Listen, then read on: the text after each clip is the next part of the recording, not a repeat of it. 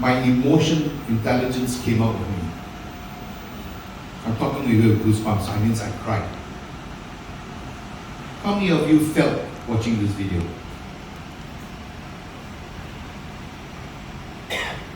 If you are given one thing to change in your body, what would you change?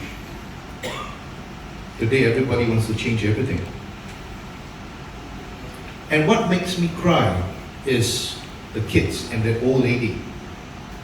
I am what I am. And what makes me cry, if I took myself and I asked my kid,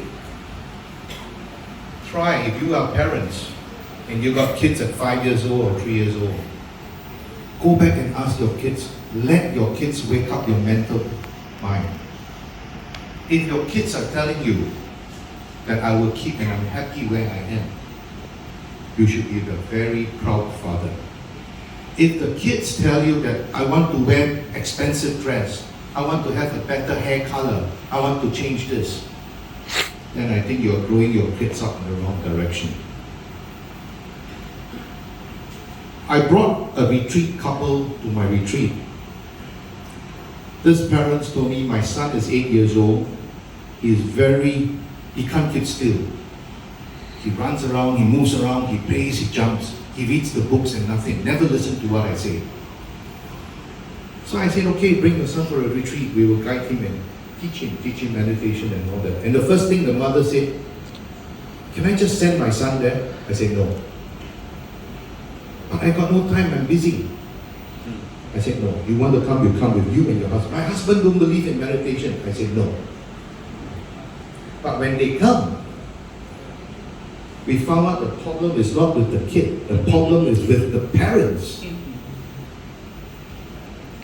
And I can tell you, I'm being a father here of 2 kids. So I urge all of you to basically take mental well-being for your personal health as part of medical wellness. Do not forget about mental well-being. You see a friend that you think you can advise. Just like how I'm advising you. Okay, when we talk about medical wellness and programs and all that, there's so many preventive wellness that we all can do. Stem cells, IV, PRP, diagnostics, colon, biohacking, lifestyle medicine, new terminology. And I think all of you know much more better than me. So in terms of putting all of this, it's basically part of preventive wellness. When we talk about mindfulness, we are talking about mental resilience, counseling, we are talking about even art therapy. Art therapy is mental well-being. And you see many people during COVID start learning to do arts because art is something that you do and you learn, it helps in your mental well-being. Cooking class, singing bowl. So when you talk about medical, when you talk about wellness, when you talk about these are all the possibilities of programs and treatments one could do. Okay? Now, this is something that I will not share. I will share with you later. That's the medical wellness fitness that I'm not promoting it. I don't want to share that. But so the right medical approach for this session that I will guide you is basically looking at Western and Eastern.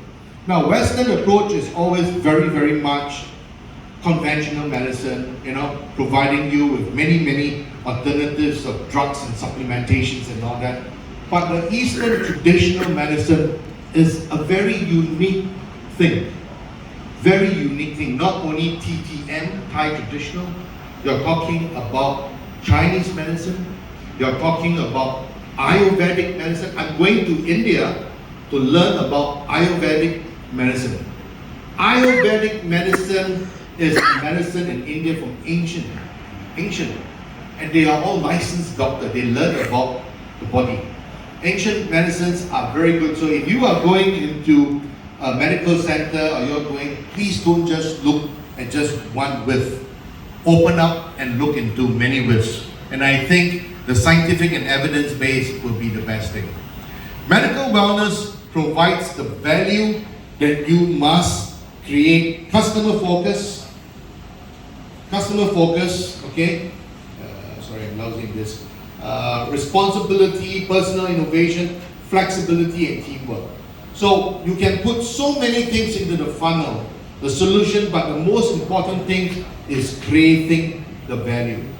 Being centric, develop a program that is customer focused, not what you focus as a doctor or your medical focus.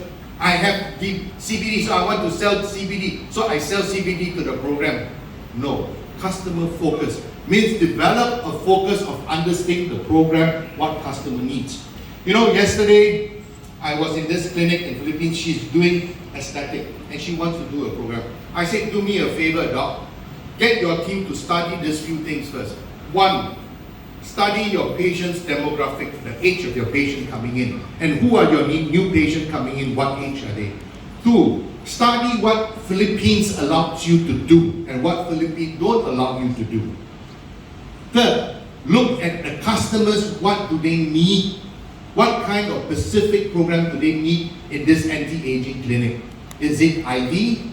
Is it hormone replacement? Is it immunity? Is it detoxification? Study that needs. Once you study that needs, you know this is what my patient, my customers want.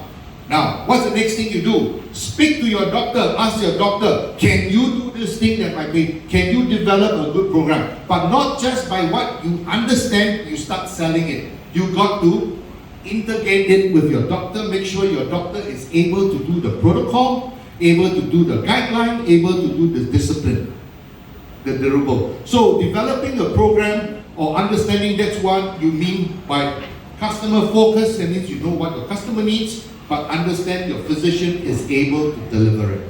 Next, when you do any medical wellness business concept development, you need to be responsible. Responsible, that means whatever you develop, you got to be responsible.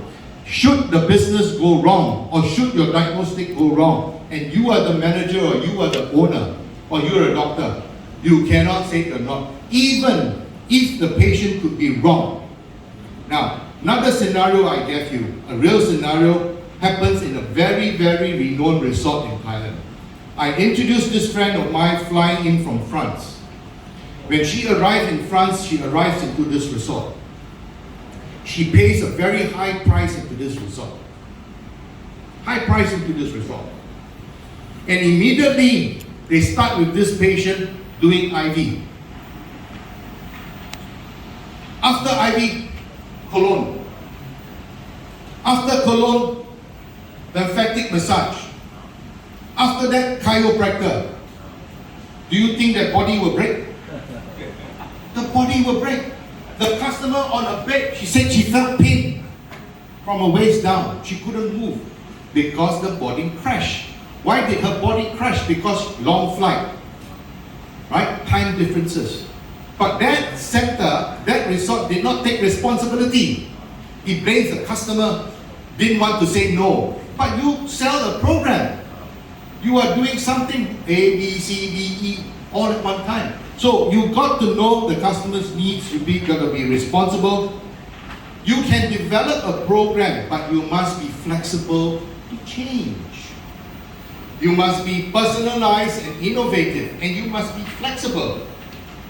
Must be flexible, right? And teamwork. You cannot throw the responsibility to the doctor, and it is a teamwork.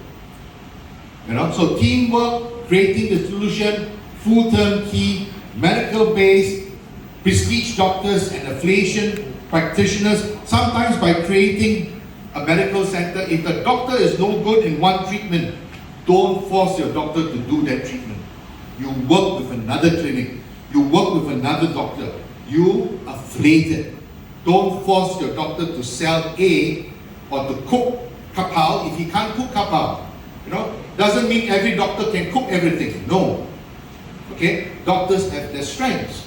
Like Pansak, if you ask Pansak to do a bone surgery, I don't think he can do. You ask him to deliver a baby, he can say yes. Right? He's an OBGYN. Right? So do not affiliate prestige doctors and affiliate with practitioners internationally. Don't force your doctors to do what one can do. Any question before we take a break? Today I did well, very good. Any question, please? Any question?